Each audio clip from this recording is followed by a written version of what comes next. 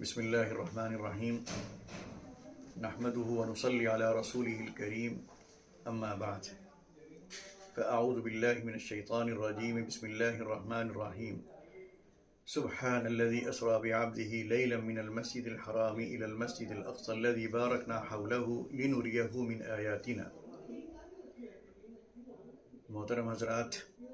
اس وقت ہم اور آپ جس موضوع پر گفتگو کرنے کے لیے جمع ہوئے ہیں اور جس صورتحال نے ہم کو اور آپ کو بیٹھنے پر اور اس سلسلے میں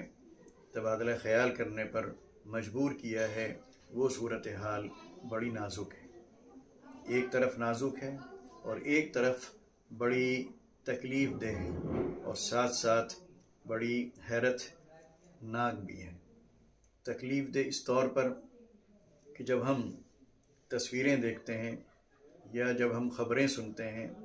معصوم بچوں کو دیکھتے ہیں، بوڑھی خواتین کو دیکھتے ہیں، ضعیف مردوں کو دیکھتے ہیں اور نوجوانوں کے جنازے دیکھتے ہیں، اجتماعی قبریں دیکھتے ہیں، گرتی ہوئی عمارتیں دیکھتے ہیں اور گھر کے باہر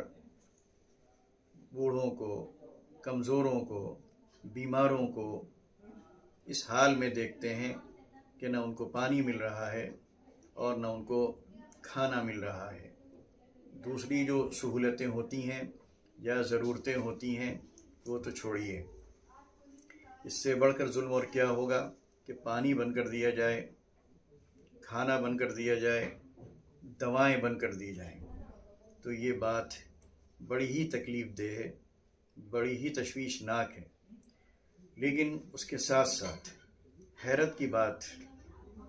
یہ ہے کہ آج کی یہ مہذب دنیا، یورپ، امریکہ اور خود ہمارے اسلامی ممالک اس سلسلے میں جو خاموشی اختیار کیے ہوئے ہیں، بلکہ خاموشی تو چھوڑیے، جس طرح اسرائیل کے ساتھ کھڑے ہیں، جس طرح اس کی مدد کر رہے ہیں، جس طرح اس کو ہتھیار سپلائی کر رہے ہیں، جس طرح ان کے بیڑے آ رہے ہیں، جس طرح مشورے ان کو دیے جا رہے ہیں اور جس طرح اخبارات اور ذرائع ابلاغ میں ان کی ہمت افزائی کی جا رہی ہے، ان کی پیٹھ ٹھونکی جا رہی ہے، ان کو شاباشی دی جا رہی ہے اور گویا ان کو اس بات پر آمادہ کیا جا رہا ہے کہ جتنی جلدی ختم کر سکتے ہو ختم کر دو، یہ پورا کا یہ پورا علاقہ خالی کرا لو، یہاں کی نسل کو دوسری طرف منتقل کر دو۔ تو یہ چیز ایک وقت بڑی تکلیف دہ اور دوسری طرف بڑی حیرت ناک ہے۔ لیکن بہرحال یہ دنیا ہے اور یورپ کا یہ چہرہ بارہا لوگوں نے دیکھا ہے اور اس طرح کے مواقع پر جو سیاہی نظر آتی ہے یورپ کے چہرے پر، وہ آج کچھ زیادہ ہو گئی ہے۔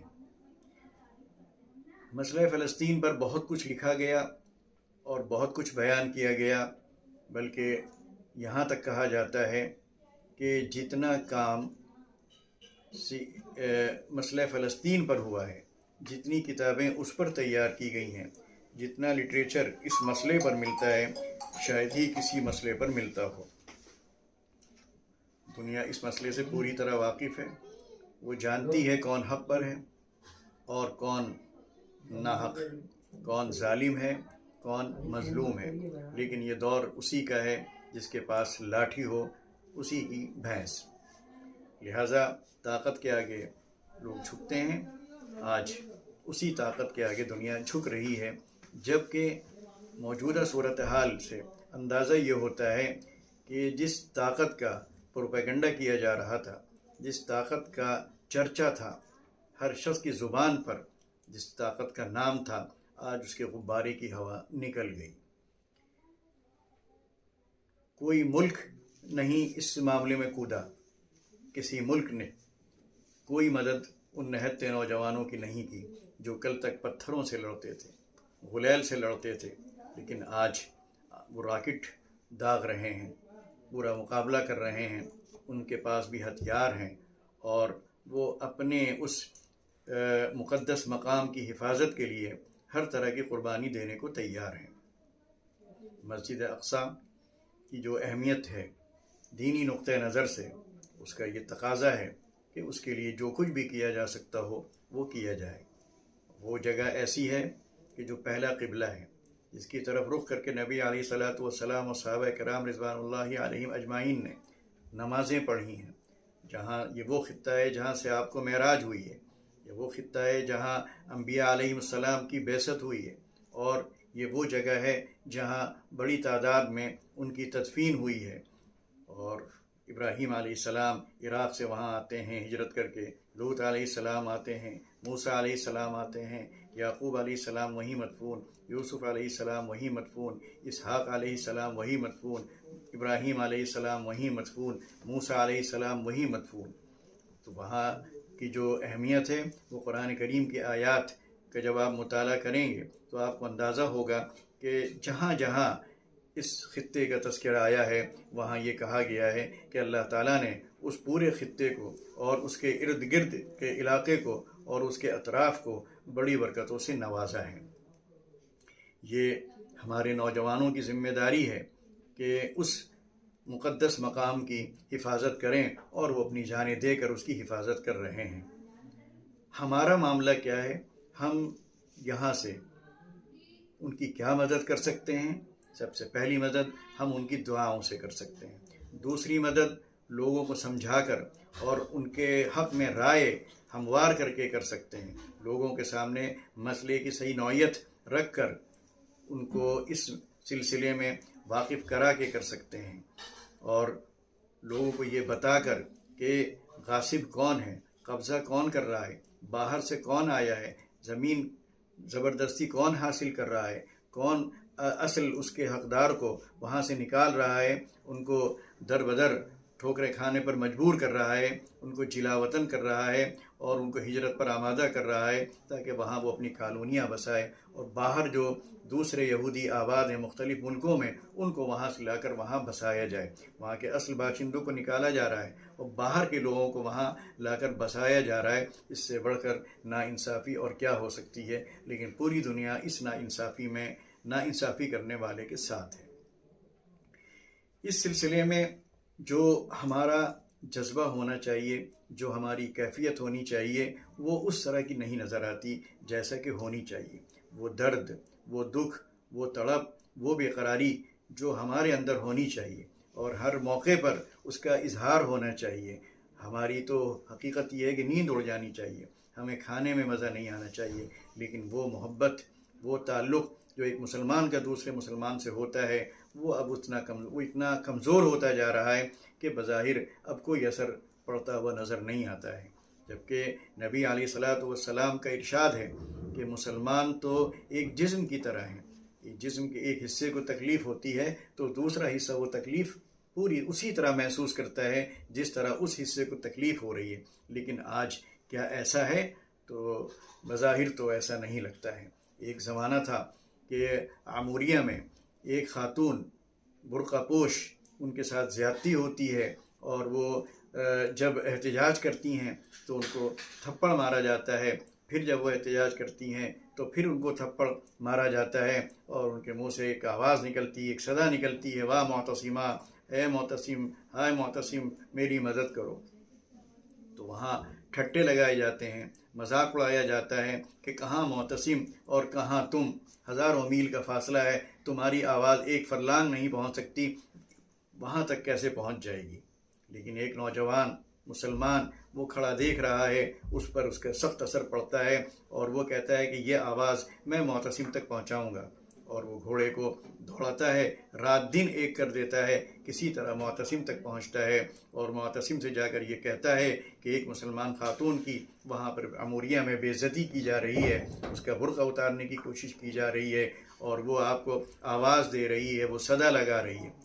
معتصم پر اس کا اتنا اثر پڑتا ہے کہ اسی وقت وہ لشکر کو تیار کرنے کا حکم دیتا ہے اور خود اس لشکر کی قیادت کرتے ہوئے عموریہ پہنچتا ہے، اور وہ عموریہ وہ شہر تھا روم کا کہ جو ناقابل تسخیر تھا، ناقابل شکست تھا، اور اتنا مضبوط اور مستحکم وہ شہر تھا کہ وہاں تک پہنچنا اور اس کو فتح کرنا تقریباً ناممکن سمجھا جاتا تھا۔ لیکن معتصم اس کو فتح کرتا ہے صرف ایک مسلم خاتون کی اس دہائی کی بدولت جو اس نے دی تھی۔ ایک وہ دور تھا ہمارا، اور آج کا دور اتنی ممالک، اتنی طاقتیں، اتنی دولت، اتنے ہتھیار، اتنی بڑی تعداد، اور اس کے باوجود ایک علاقے میں اس طرح ظلم ہو رہا ہے، اس طرح اس مسجد اقصیٰ کو ڈھانے کی کوشش کی جا رہی ہے۔ یاد آتا ہے غزوہ بدر کا وہ موقع جب نبی علیہ الصلوۃ والسلام نے کفار کی تعداد دیکھی اور اس کے مقابلے میں مسلمانوں کی تعداد دیکھی، ان کی تیاری دیکھی، ان کا ساز و سامان دیکھا، ان کی قوت دیکھی، اور ادھر مسلمانوں کی عاجزی اور بے بسی دیکھی، ان کی تعداد کی کمی دیکھی اور ہتھیار کی کمی دیکھی، تو آپ صلی اللہ علیہ وسلم نے کیا کیا؟ آپ اس موقع پر دعا کرتے ہیں، اللہم انک ان تہلک هذه العصابة من المسلمین لا تعبد فی الارض۔ اے اللہ، اگر تو نے مسلمانوں کی اس جماعت کو ہلاک کر دیا تو روئے زمین پر پھر تیری عبادت نہیں کی جائے گی۔ تو آج یہی دعا مانگنے کی ضرورت ہے۔ مسجد اقصیٰ پکار رہی ہے کہ یہ دعا مانگو۔ ہمیں ان نوجوانوں کے لیے دعائیں مانگنی چاہیے اللہ تعالیٰ سے کہ اے اللہ، اگر یہ نوجوان شہید ہو گئے، اے اللہ اگر یہ نوجوان شکست سے دوچار ہو گئے تو مسجد اقصیٰ کی حفاظت کون کرے گا؟ کوئی امید نہیں ہے کہ باہر سے کوئی آ کر اس کی حفاظت کرے، باہر سے کوئی آ کر مقابلہ کرے، باہر سے کوئی آ کر اس کو آباد کرنے کی کوشش کرے۔ وہیں کے جو مقامی باشندے ہیں انہی کے دل سے لگی ہوئی ہے، انہی پر یہ ذمہ داری ہے، اور انہی کا حق بھی یہ بنتا ہے، اور وہ اس ذمہ داری کو ادا کر رہے ہیں، اس حق کو ادا کر رہے ہیں، اپنی جانیں دے رہے ہیں، اپنا گھر قربان کر رہے ہیں، اپنے بچوں کو قربان کر رہے ہیں، بچے یتیم ہو رہے ہیں، عورتیں بیوائیں ہو رہی ہیں، بیوہ ہو رہی ہیں، نہ جانے کس طرح کہ وہ دن گزار رہے ہیں اور کس طرح ان کی راتیں گزر رہی ہیں۔ بس جو ہمارے اختیار میں ہے، جو ہمارے بس میں ہے، وہ یہی کہ ہم اللہ تعالیٰ سے یہی دعا کریں، اے اللہ اگر تو مسجد اقصیٰ کی حفاظت کرنا چاہتا ہے، یا اللہ اگر تو اس کو آباد رکھنا چاہتا ہے، تو یا اللہ ان نوجوانوں کو ہمت دے، ان کو حوصلہ دے، ان کو طاقت دے، وہ باطل کا مقابلہ کریں اور اس اسرائیل کے سامنے ڈٹ کر رہیں، یا اللہ ان کو فتح سے ہمکنار کر دے۔ تو یہ کام تو ہمارا یہ ہے کہ ہم ان کے لیے دعا کریں۔ دوسرا کام ہم ان کے لیے یہ کر سکتے ہیں کہ جو لوگ اس مسئلے سے واقف نہیں ہیں اور جو لوگ اسرائیل کو غاصب نہیں سمجھ رہے ہیں اور اسرائیل کو ظالم نہیں قرار دے رہے ہیں، ان کے ذہن و دماغ سے وہ باتیں نکالیں، وہ خیالات نکالیں جو میڈیا نے ان کے دل و دماغ میں بٹھا دیے ہیں۔ ان کے سامنے صورتحال کو رکھیں، مسئلے کو واضح کریں اور بتائیں کہ کون جو ہے کس کا حق ہے اور کس کا حق نہیں ہے، کون ظالم ہے اور کون مظلوم ہے، اور کون زیادتی کرنے والا ہے اور کس کے ساتھ زیادتی کی جا رہی ہے۔ خدا حافظ۔